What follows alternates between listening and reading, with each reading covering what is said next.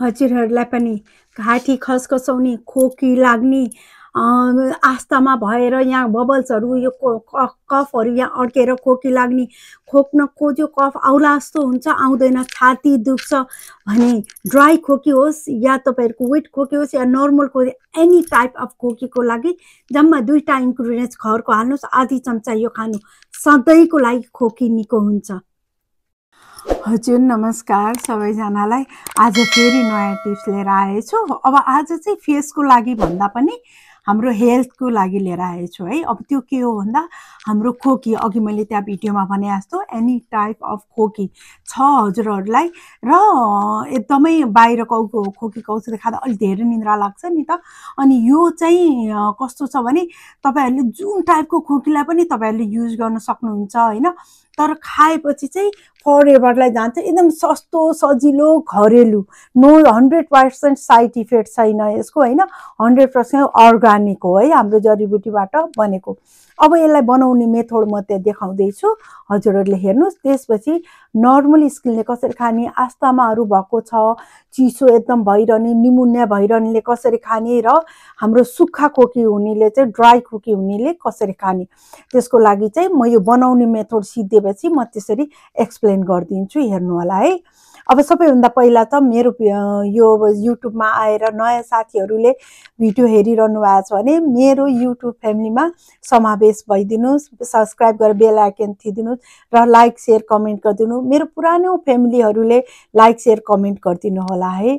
अब यसलाई चाहिँ एउटा बाउल लिनुहोस्, त्यो बाउलमा चाहिँ छ भने र हनी भनेको चाहिँ हाम्रो रिफाइन नगरेको, त्यसलाई चाहिँ के पनि नगरिकन सिधै चाकाबाट काटेर ल्याएर राखेको, त्यो छ भने एकदमै बेस्ट है। मैले त्यहाँ हालेको र हनी हो, आधी चम्चा, चिया चम्चाको आधी चम्चा र हनी हाल्नुहोस्। अब त्यसमा चाहिँ आधी चम्चा नै त हजुरहरूले चाहिँ यो मुलेठी पाउडर है, मुलेठी पाउडरलाई नेपालीमा के भन्छ भन्दाखेरि जेठी मधु भन्छ, जेठी मधु, र इङ्ग्लिसमा के हुन्छ भने एग राइस भन्छ है। यो चाहिँ तपाईँहरूले लिनुहोस्, आधी चम्चा चियाको चम्चाको, त्यो पनि इक्वल मात्रामा त्यो हाल्नुहोस् है। अब यसलाई हालेर हजुरहरूले मैले त्यहाँ ब्लेन्ड गर्नुहोस्, बिस्तारै मिसाउनुहोस्, चलाउनुहोस् है। यो चलाएपछि त्यस्तो पेस्ट बन्छ। अब यो पेस्ट बनेपछि कसरी खाने है। अब यसलाई चाहिँ हजुरको नर्मल छ, न चिसो छ हजुरलाई न त गर्मी छ, नर्मल जिउ छ भनेर, त्यो पनि खोकी आएको छ भने चाहिँ हजुरहरूले त्यसैलाई खाने है। तर दिनमा 10 देखि 12 ग्लास पानी चाहिँ लुक वार्म वाटर, रुम टेम्परेचरको, एकदमै के भने मनतातो, एकदम मनतातो, अलि मनतातो पनि होइन, 1-2 ग्लास अलि मनतातो खान नि मिल्छ। तर मलाई खोकी छ भनेर हामी रिपिटेडली तातो पानी खान्छौँ, त्यसले पनि सुक्खा खोकी असाध्यै धेरै लिएर आउँछ, रुम टेम्परेचरको है धेरै। अनि त्यसरी खानु 10 देखि 12 ग्लास खाने। मैले त हजुरहरूलाई खोकी निको हुने भने अब त्यो कफ कसरी जाने भन्दा माथिबाट तल जान्छ, त्यो फ्लस गर्ने पानीले हो, अनि लङ टोयलेटबाटै जान्छ है। अब अर्को रह्यो हजुरलाई आस्थमा, हजुरलाई निमोनिया रिपिटेडली भइरहन्छ, छाती अलिकति पानी पर्नु हुँदैन, दुखेको जस्तो हुन्छ, घाँटी टन्सिल आइरहने बानी छ हो, त्यस्तोहरूले चाहिँ हजुरहरूले के गर्ने, 1 कप चिया कति खानुहुन्छ त्यति नै 1 कप पानी लिनुहोस्, त्यसमा चाहिँ यो 1 चम्चा हाल्नुहोस् है। हजुरहरूले चाहिँ 1 चम्चा हाल्ने, 1 चम्चा र 2टा ल्वाङको फुल, ल्वाङ हालिदिनुहोस्, फुल भएको ल्वाङ हाल्नु र यसलाई भुक्लुक्क उमाल्नुहोस्। भुक्लुक्क उम्लिसकेपछि सानो आँचमा 2 देखि 3 मिनट लिड लगाएर छोपेर पकाउनु, उमाल्नुहोस् है। त्यो उम्लिसकेपछि त्यसलाई छानेर हजुरहरूले त्यसलाई चिया कसरी खानुहुन्छ त्यसरी नै खानुहोस्। हजुरहरूले पनि 10 देखि 12 ग्लास, बिहान 2 ग्लास, बेलुका 2 ग्लास मनतातो पानी खानुहोस्। बाँकी बिचमा हजुरहरूले पनि लुक वार्म वाटर बनेको हाम्रो रुम टेम्परेचरको खानुपर्छ है, त्यसरी खानु होला। अब रह्यो ड्राई खोकी है। ड्राई खोकी भनेको चाहिँ हाम्रो गर्मी हुने जिउको लागि हुन्छ। मेरो पनि ड्राई खोकी हुन्छ धेरै, किनभने मेरो पाइल्सहरू पनि एकदमै छ, अनि पेट बर्न हुन्छ। त्यही भएर मैले पहिलाको भिडियोहरूमा पाइल्सको, पेट बर्न नहुने, एसिडिटी कसरी हटाउने धेरैवटा भिडियो हालिदिएको कारण पनि त्यही हो। मलाई पनि एकदमै ड्राई खोकी लाग्छ है। हामीले चाहिँ के गर्नुपर्छ भने आधी चम्चा नै लिने त्यसलाई मुलेठी पाउडरलाई। अनि मुलेठी पाउडरलाई चाहिँ आधी चम्चामा मनतातो लुकवार्म वाटर एक कप लिएर त्यसलाई पहिला मुखमा हाल्नुहोस् होइन, अनिखेरि निल्नुहोस्। अथवा तपाईँहरूलाई कसैलाई पाउडर त्यसै डाइरेक्ट खान सक्नुहुन्न, घाँटीमा जान्छ भने म चाहिँ खान्छु होइन, अन्त भने चाहिँ त्यही ग्लासमा त्यसलाई फेट्नुहोस् र त्यो पानी खानुहोस् होइन। अब आस्थामा हुनेले चाहिँ 2 टाइम खानुहोस्, बिहान आस्थामा निमोनिया र एकदम चिसो लाग्ने छाती घ्यार हुने घाँटी घ्यार हुनेले चाहिँ त्यसरी गर्नुहोस् होइन।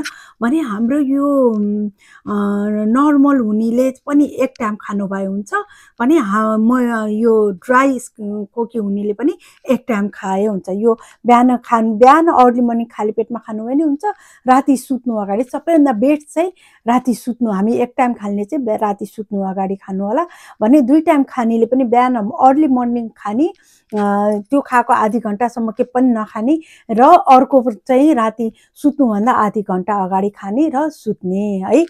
यो गर्नुहोस्, तपाईँहरूको सधैँको लागि जान्छ है। हाम्रो यो मुलेठी पाउडर भनेको चाहिँ खान पनि साह्रै राम्रो, लाउन पनि साह्रै राम्रो। मैले पहिला चाहिँ पिगमेन्टेसनहरू चाया पोतोको लागि धेरैवटा भिडियो बनाएर हालिदिएको छु।